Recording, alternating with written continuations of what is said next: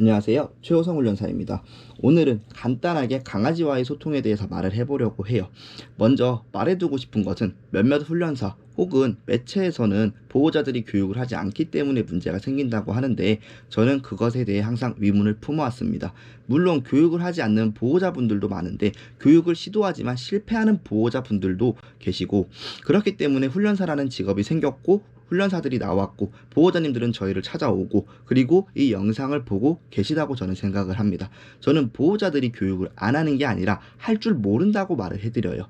교육을 할 줄 몰랐기에 교육하다가 개선되는 게 안 보이니까 포기하는 보호자분들도 분명 있었을 것입니다. 우리는 교육을 어떻게 해야 하고 원리가 어떻게 돌아가는지 이해를 할 것이에요. 이번에서 다 말하는 것이 아니고 꾸준히 하나하나 말을 해보려고 합니다. 그렇기 때문에 구독과 좋아요 눌러주시면은 제가 꾸준하게 활동하는데 도움이 됩니다. 한 번씩 부탁드리겠습니다. 그리고 나중에는 제가 얼굴도 공개를 할 예정인데, 오늘 같은 경우 제가 시선 처리 같은 게 조금 제대로 안 되다 보니까 일단은 얼굴을 가리게 됐어요. 나중에는 조금 크게 화면 해가지고 하나하나 적으면서 제가 조금 더 하기 쉽게 설명을 해드리도록 할게요. 자, 우선은 아이들에게 교육을 하지만 되지 않는 이유에 대해서 생각을 해볼 거예요. 제가 질문을 많이 할 수도 있는데요. 방문교육을 다니면서 습관적으로 물어봅니다. 무조건적으로 답을 맞춰라가 아니라 보호자분들도 생각을 해보고 의견이 있으면 나누자는 뜻이니까 너무 부담을 안 가졌으면 좋겠습니다. 첫 번째, 왜 아이들에게 교육을 하지만 교육이 되지 않을까요? 천천히 한번 생각을 해보실게요. 각각 많은 분들께서 생각이 다 다를 거예요. 그런데 저는 소통이 안 되기 때문이라고 말합니다. 서로 사용하는 언어가 다르고 표현 방법이 다른데 사람들은 무조건적으로 말을 사용한다는 것이죠. 예를 들어 우리가 일본, 중국, 미국 등 해외로 나갔는데 자기들만의 언어로 우리에게 말을 한다면 우리는 이해를 할 수 있을까요? 이해하지 못하고 답답할 것이에요. 똑같은 원리라고 생각을 하시고 천천히 아이들을 이해하면서 다가가 보시겠습니다. 자, 저는 언어가 다르기 때문에 소통이 안 된다고 말을 했습니다. 그렇기 때문에 강아지와 사람의 언어에 대해서 한번 말을 해볼 거예요. 자, 먼저 강아지 교육이기 때문에 강아지에 대해서 생각을 해볼게요. 강아지는 어떻게 표현을 하는지 알고 계실까요?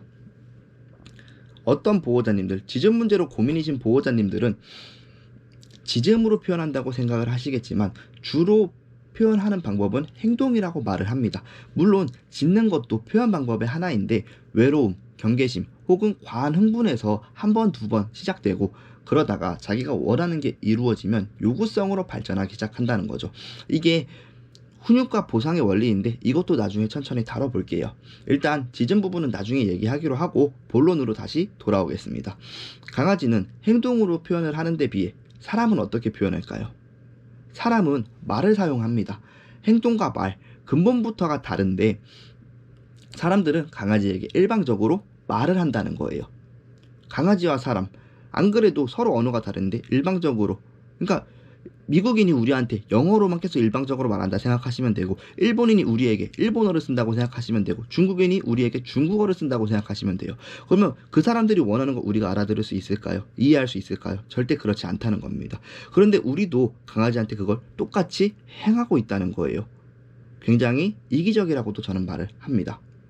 자, 언어가 다르기 때문에 강아지와 사람, 소통의 장벽이 생겼고, 이 소통의 장벽을 부숴야지만 말이 통한다고 저는 말을 해드립니다. 그 방법은 한 가지라고 말합니다. 둘 중 하나가 배울 것이에요. 사람도 언어가 다른 사람과 대화하기 위해서는 계속 배웁니다. 몸으로도 표현하겠지만 분명히 배워서 조금 더 편하게 대화를 하려고 합니다. 강아지와 사람도 둘 중 누군가는 어느 정도는 배워야 한다고 저는 말을 해요. 강아지와 사람, 누가 배워야 될까요? 교육을 다니면서 물어보니까 어떤 보호자님들은 강아지, 어떤 보호자님들은 사람이라고 말씀을 하세요. 물론 정답은 없다고 저는 말합니다. 하지만 저희 생각을 말을 하자면은 강아지, 너희들이 배워 라고 저는 항상 말을 합니다. 얘네가 원했던 원치 않았던 사람들의 사회에 들어왔고, 그렇기 때문에 너희가 배워야 한다라고 저는 말을 합니다. 우리가 100% 맞춰줄 수 있다면 맞춰줘도 됩니다. 그런데 꼬리도 없고, 그리고 강아지에 대해서 이해를 못하는 사람들도 분명히 있을 텐데, 모든 사람들이 강아지한테 맞춰줄 수 있을까요? 저는 불가능하다고 말을 합니다. 물론 같이 살아가면서 우리와 아이는 조금씩 행동으로도 맞춰지긴 할 거예요. 표정이나 그런 걸 보고 우리가 캐치하기도 할 거예요. 오래 키우신 분들은 아실 건데 당장에는 조금 어렵다는 겁니다. 그리고 한편으로 손짓으로 명령을 넣는 분들도 계시는데 우리가 행동으로 명령을 넣기 때문에 강아지에게 맞췄다고 합니다. 근데 이게 맞을까요? 언제부터 내 손짓이 앉아, 엎드려, 기다려의 명령어가 됐었죠? 우리가 이 행동의 뜻을 부여하고 아이에게 전달한 거 아닐까요? 결과적으로는 아이가 맞춰왔다고 저는 말을 해요. 아이들이 이젠 배울 거고 우리가 언어를 어떻게 알려주는지 말을 하자면 저는 이 방법은 복종교육이라고 표현한다고 합니다. 계속 복종 어감의 뜻은 좋지 않아 보여요. 하지만은 여러 가지 뜻이 있고 올바르게 복종교육을 한다면 저는 된다고 말을 해요. 검색을 해보면 배를 뒤집어서 힘을 빼게 해라, 뭐 지시를 해라, 아니면 말을 안 들으면 혼내라 등 여러 가지가 있겠지만 제가 이 순간 말하고 있는 복종교육은 지시를 했을 때 따르게 한다는 것을 말해요. 복종교육의 예를 들면은 앉아, 엎드려, 기다려. 이것이 복종일까요? 저는 복종이라고 말합니다. 서, 뛰어, 빵야, 돌아. 복종일까요? 이것도 복종이긴 하다고 말을 합니다. 그런데 훈련사들을 만나면 앉아, 엎드려, 기다려는 강조하지만 서, 뛰어, 빵야, 돌아 이런 것들은 강조하지 않습니다. 그 이유는 분명히 존재한다는 거예요. 아이들이 앉아, 엎드려, 기다려 했을 때의 모습과 서, 뛰어, 빵야, 돌아 이런 자세들을 했을 때의 모습들을 한번 떠올려 보겠습니다.